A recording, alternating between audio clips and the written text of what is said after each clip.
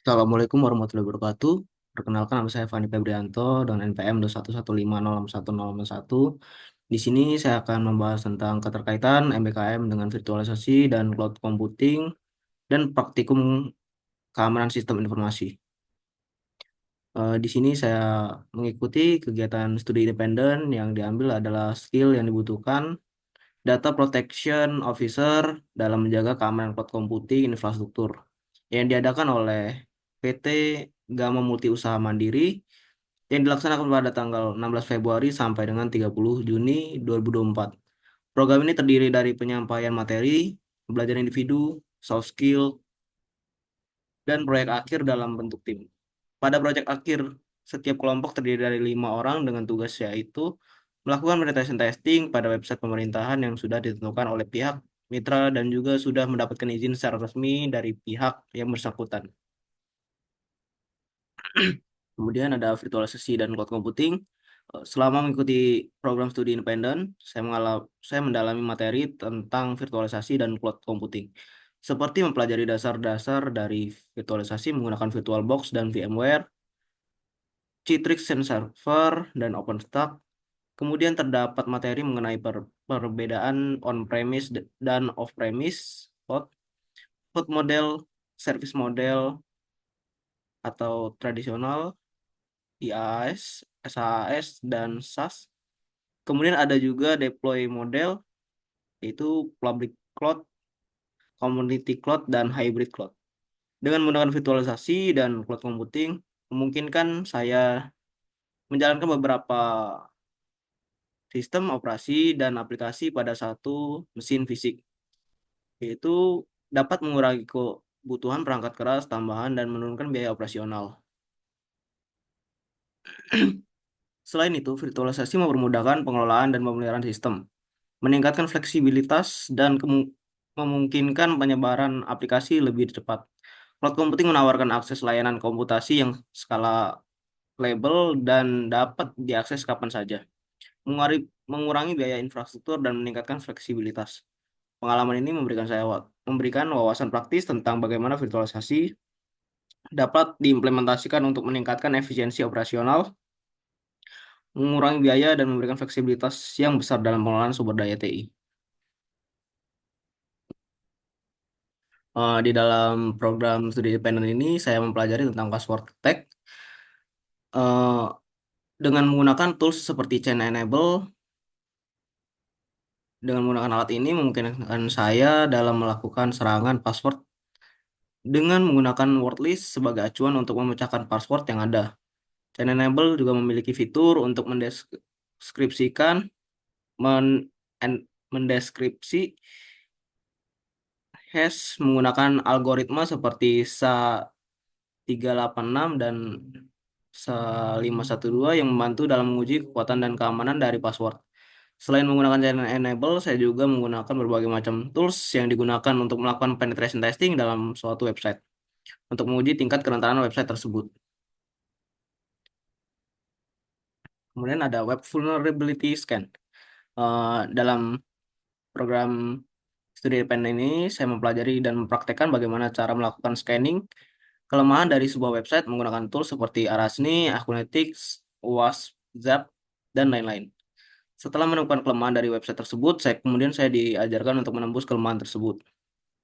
Apabila ada kelemahan seperti SQL injection, maka saya diajarkan untuk menggunakan tools seperti SQL Map, dan apabila berhasil menembusnya, maka saya akan dapat memberikan saran perbaikan kepada pemilik website atau yang bersangkutan dari hasil scan dan penetration tersebut. Kemudian ada SQL Map, ini merupakan contoh dari SQL Map yang saya lakukan, yaitu dalam gambar ini saya mendapatkan database yang berupa username dan password dari website. eh, ini adalah website percobaan yaitu target.rootbrain.com. Kemudian ini juga ada SS, XSS atau cross-site scripting, yaitu merupakan serangan keamanan web yang terjadi ketika penyerang menyisipkan kode berbahaya dalam bentuk script ke dalam website. Kode berbahaya tersebut berpotensi merugikan pengunjung yang melihat website. Dengan kata lain, penyerang menggunakan website sebagai jembatan untuk memasukkan kode jahat ke user. Gambar di samping ini adalah gambar SS yang telah saya lakukan, yaitu dengan memasukkan script untuk menampilkan untuk agar dapat menampilkan alert dengan yang berisi yaitu web ini telah di-hack. Nah, seperti tampilan ini. Kemudian ada analisis teknologi. Analisis teknologi merupakan tahap awal sebelum melakukan penetration testing, yang mana saya biasanya menggunakan tools web analyzer yang berfungsi untuk menampilkan teknologi apa saja yang digunakan pada website target, yang mana mempermudah kita dalam mencari kelemahan pada website tersebut. Seperti ini tampilan dari web analyzer. Kemudian ada Wireshark juga. Di dalam program studi independen ini, saya juga mempelajari penggunaan Wireshark untuk melakukan analisis atau capture paket data yang melewati jaringan dengan Wireshark.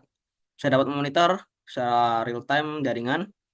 Apabila tidak ada protokol keamanan dalam paket data yang dikirimkan, maka isi dari paket data yang dikirimkan dapat dilihat menggunakan Wireshark. Seperti apabila melakukan login, namun protokol website masih HTTP, maka username dan password yang dimasukkan oleh pengguna akan dapat dilihat oleh pihak ketiga atau man on the middle. Ya, seperti pada gambar di bawah ini. Seperti pada gambar ini terlihat username dan password yang telah saya masukkan gitu. Kemudian ada public and private key infrastructure. Saya saya mempelajari dan mempraktekkan membuat kriptografi seperti membuat public dan private key untuk menjaga kerahasiaan, integritas, dan autentikasi dari email yang dibuat menggunakan aplikasi Thunderbird, GPG4Win, dan Cleopatra. Saya juga mempelajari membuat public key infrastructure dengan melakukan generate CA atau Certificate Authority dan sertifikat server dengan menggunakan tools OpenSSL yang berguna untuk mengamankan komunikasi antar server dan klien dari penyadapan dan serangan man in the middle. Seperti pada gambar ini, ini merupakan proses dari pembuatan private key pada email. Kemudian nextnya ada network vulnerability scan. Saya melakukan network vulnerability scan menggunakan alat OpenVAS, di mana mendapatkan hasil host, port, dan sistem operasi. Kegunaan dari network vulnerability scan ini sendiri agar mengidentifikasi kelemahan keamanan dalam jaringan komputer, membantu mendeteksi potensi risiko, memastikan kepatuhan terhadap standar keamanan, dan mencegah serangan dengan memperbaiki kelemahan yang ditemukan. Selain itu, scan ini menyediakan laporan rinci yang membantu administrator mengambil tindakan yang tepat untuk melindungi jaringan. Nah, seperti ini contoh dari tampilan dari OpenVAS, yang mana ada IP address dari host yang tersambung pada jaringan tersebut. Kemudian ada port-port yang dibuka pada jaringan tersebut. Ini dapat dilihat ada severity-nya, tingkat severity. Kemudian mungkin sekian yang dapat saya sampaikan. Apabila ada kekurangan, saya mohon maaf. Saya akhiri. Wassalamualaikum warahmatullahi wabarakatuh.